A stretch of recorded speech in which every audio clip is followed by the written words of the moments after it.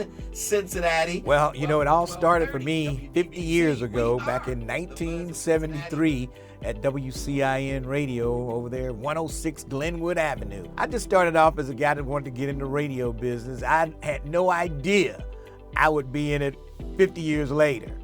And along the way, I've done a lot of things with senior citizens. I started the walking club. I'm very proud of the Lincoln Ware Walking Club. One of my greatest accomplishments, I guess, during my 50 years is to actually get a group of black folks out and walk, 2, 3, 4 miles on a Saturday morning. And coming up at 1, it's Reverend Al Sharpton. Keeping it real, keeping it real. To stay in this business 50 years is something unheard of, especially for a black radio personality. It's sort of unheard of, especially in the same city.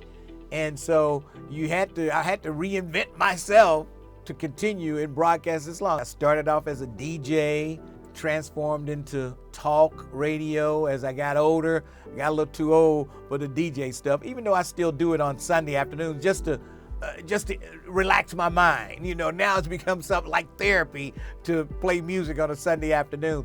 Back when I started 50 years ago, NAACP was always out there. Back in the 70s, they were always fighting for, fighting discrimination and things like that, because we were fresh out of the 60s. In 73, we were fresh out of the 60s. And so the NAACP was really doing a lot of fighting for equal rights here in Cincinnati.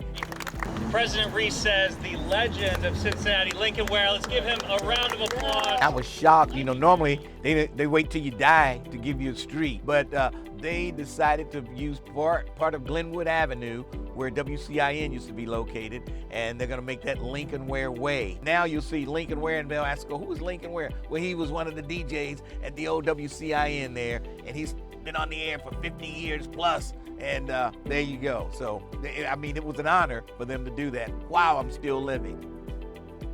Over the years, I've seen so many people get awards for the NAACP, and in the back of my mind, I'm like, man, I wish I had been up there to get that award. Every time I said, man, I wish I could, And finally, I got the call and said, hey, guess what? You're going to get an NAACP award. And I was like, okay, when, where, and what time? I'll be there. I am humbled to receive the Inspiring Innovator Award from the NAACP. I am humbled.